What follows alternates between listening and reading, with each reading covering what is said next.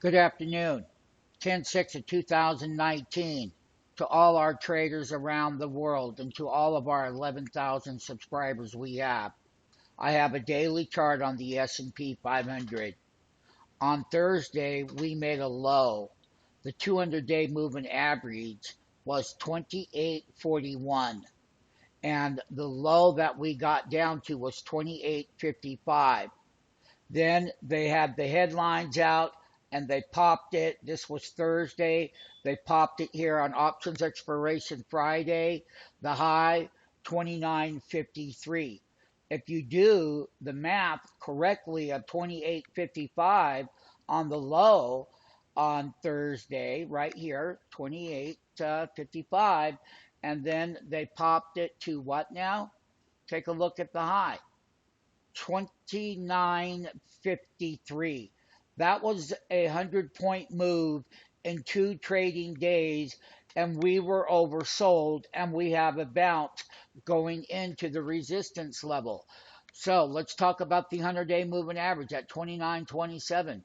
The 50-day moving average at 29.42.37. That 20-day moving average, 29.76. And of course, we're looking at a 5-day moving average, which is or was at 29.33, and they managed to get above it, and they did. So let's go down and take a look at the relative strength using the 100-day moving average on the S&P is at 51.96, and it is. The MACD and the oscillators and the historical volatility has been higher. The stochastics, the percent D, the percent K, and a raw stochastic on the index on these daily charts are here. So we can clearly see the turn that we have gotten and whatnot. So this is going to be resistance. To take that kind of move in 2 days of 28.55 up to the high here of 29.53, it's a 98-point move. And we're right here at that wall of resistance. This is going to be it. I've already talked about the daily moving averages. They were on their deathbed. They managed to come back. S&P 500 still in a sell zone, and we will see exactly what will happen. We do have the earnings season coming out, and we do. And people are going to have to deal with it. And the earnings season is not going to be good.